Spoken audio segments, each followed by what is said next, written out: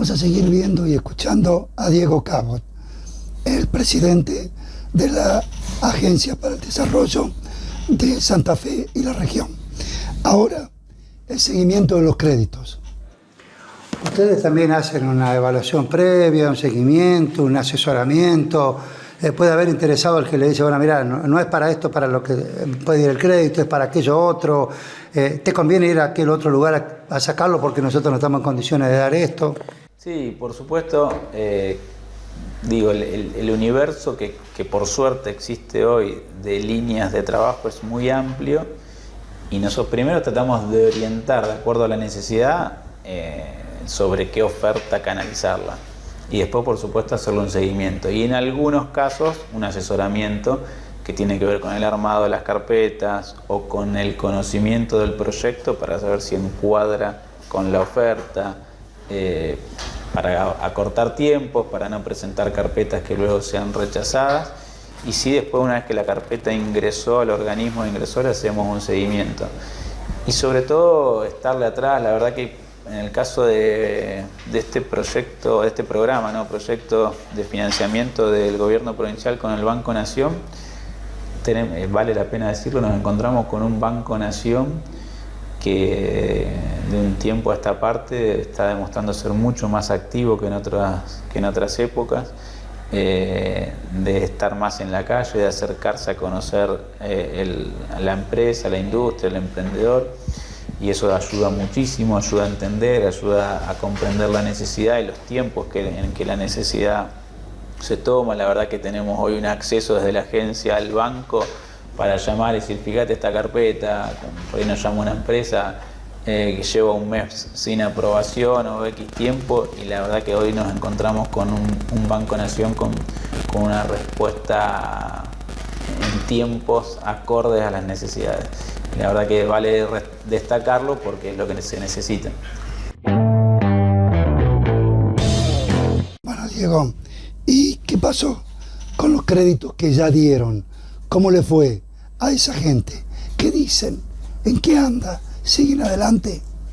Con respecto de los créditos que ya dieron, de las empresas que los recibieron, ¿no? ¿Qué información tienen una vez que ya pagaron, que cortaron el cordón umbilical con ustedes? ¿No? ¿Qué información tienen de cómo han evolucionado, cómo les ha ido?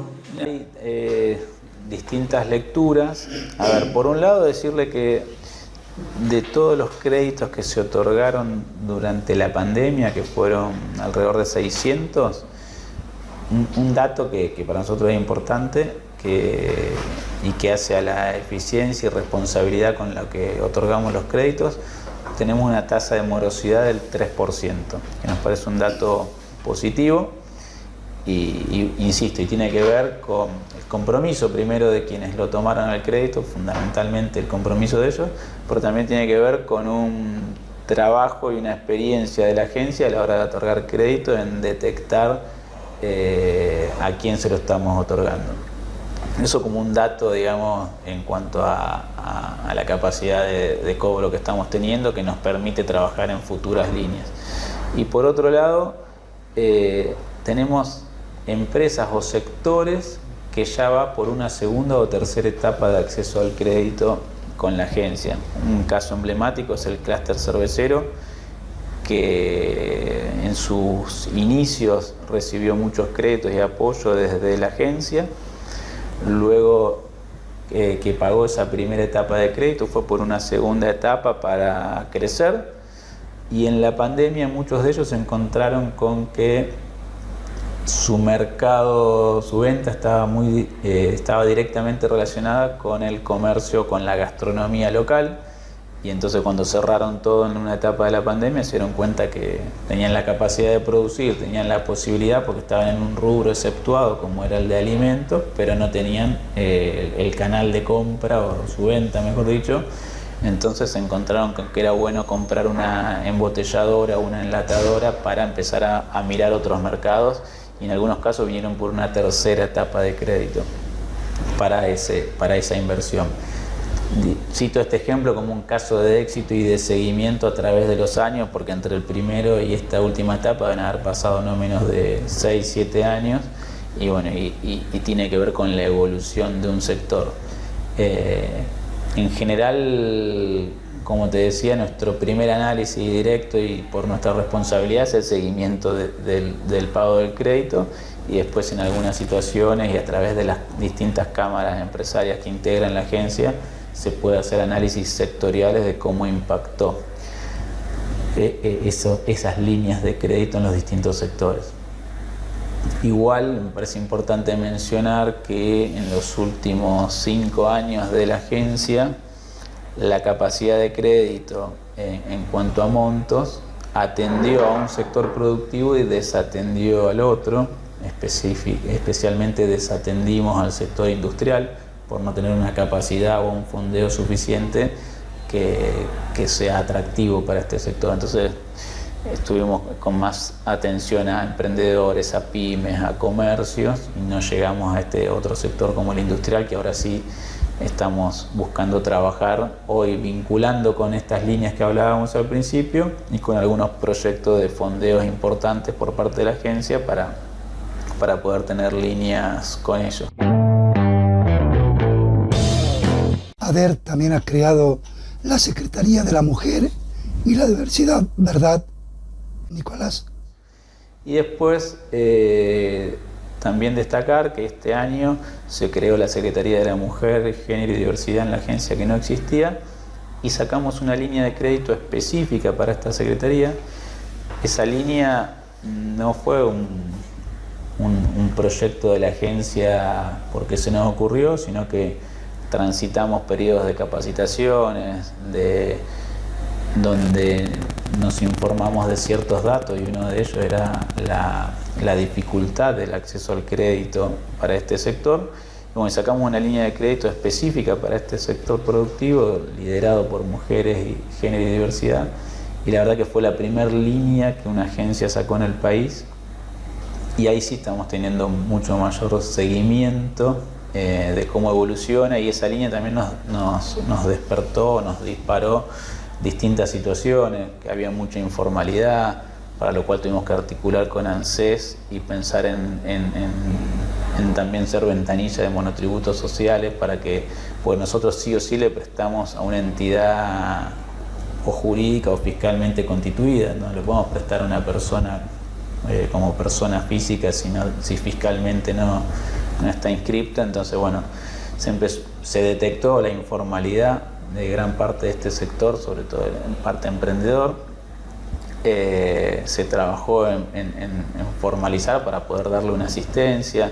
Digo, ahí sí hay un seguimiento de la evolución y de la situación del sector para ir pensando en distintas herramientas.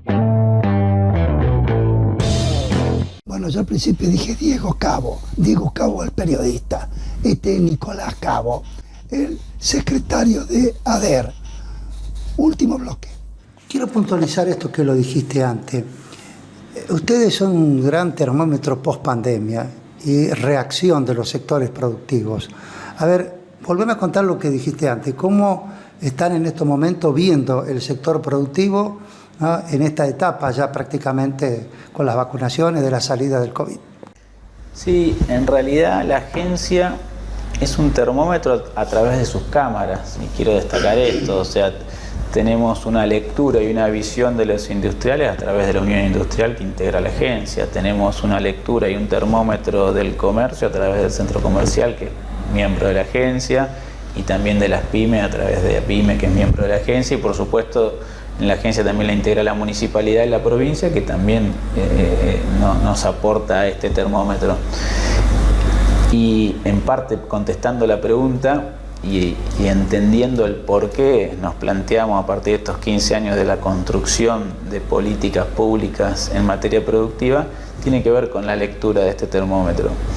Y lo decía Alejandro Taborda, el presidente de la Unión Industrial, hace unos días en el Parque Industrial de Sauce Viejo. Hoy el sector público da ciertos condimentos que ayudan, que colaboran a potenciar, a recuperar al sector productivo, con el acceso al financiamiento que hace unos años no teníamos, o el financiamiento tenía unas tasas de interés que rondaban el 80% y más que ayudarte te fusilaban. Hay una administración de las importaciones, y también hay otros desequilibrios. Esto no quiere decir levantar una bandera, pero digo, cuando el sector productivo tiene cierta apoyatura o tiene estos condimentos, la verdad que se potencia, se recupera y crece. Hoy en el sector industrial, claramente, y son de público conocimiento, hay una recuperación, podríamos decir, sostenida de lo que va del año.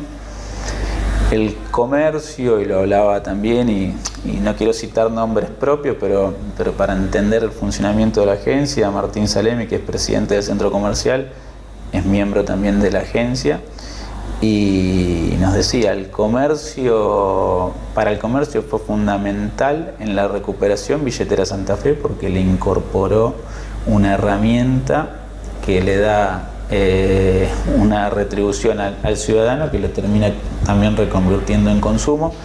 Entonces digo, hay acciones del sector público que ayudan a potenciar, a apuntalar y luego potenciar el sector privado.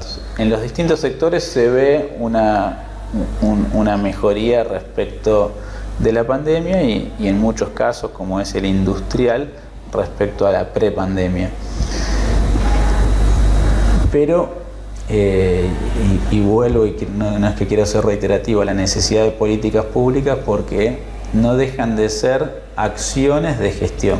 Y las gestiones en Argentina duran, no quiero destacar lo nacional, sino también lo provincial, duran 4 años. Y la verdad que no podemos tener un crecimiento sostenido, no podemos tener una inversión, y no me refiero a la inversión externa, sino también a la inversión interna, que hay mucho potencial, si no tenemos ciertas reglas claras a futuro.